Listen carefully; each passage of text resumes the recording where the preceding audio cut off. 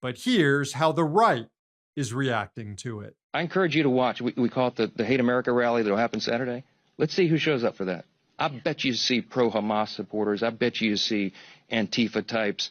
I bet you see the Marxists in full display, the people who don't want to stand and defend the foundational truths of this republic. And then October 18th is when the protest gets here. This will be a Soros paid-for protest where his professional protesters show up, the agitators show up. We'll have to get the National Guard out. Hopefully it'll be peaceful. I doubt it. You look at this No Kings rally, and there's considerable evidence that George Soros and his network is behind funding these rallies, which may well be riots all across the country. And Soros is writing the check.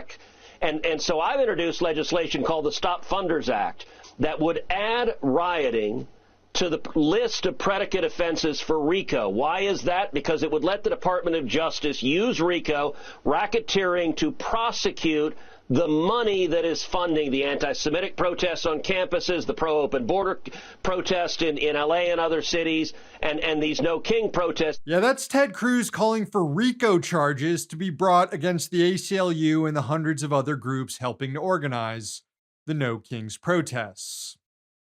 But the White House isn't waiting for an act of Congress to disrupt its political opponents.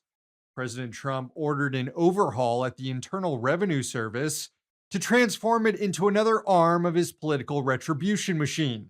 The plan involves installing allies at the top of the IRS investigative unit in order to more easily pursue left-leaning groups in politically motivated probes, to dismantle them, or at least strip them of their tax-exempt status. The Journal reported that a senior IRS official involved in the effort has drawn up a list of potential targets that includes major Democratic donors. This is all in conjunction with an effort to disrupt left and liberal groups through federal law enforcement's joint terrorism task forces. This was never about Antifa. It's always been about eliminating all opposition to right-wing authoritarianism. Anyway, don't let them scare you.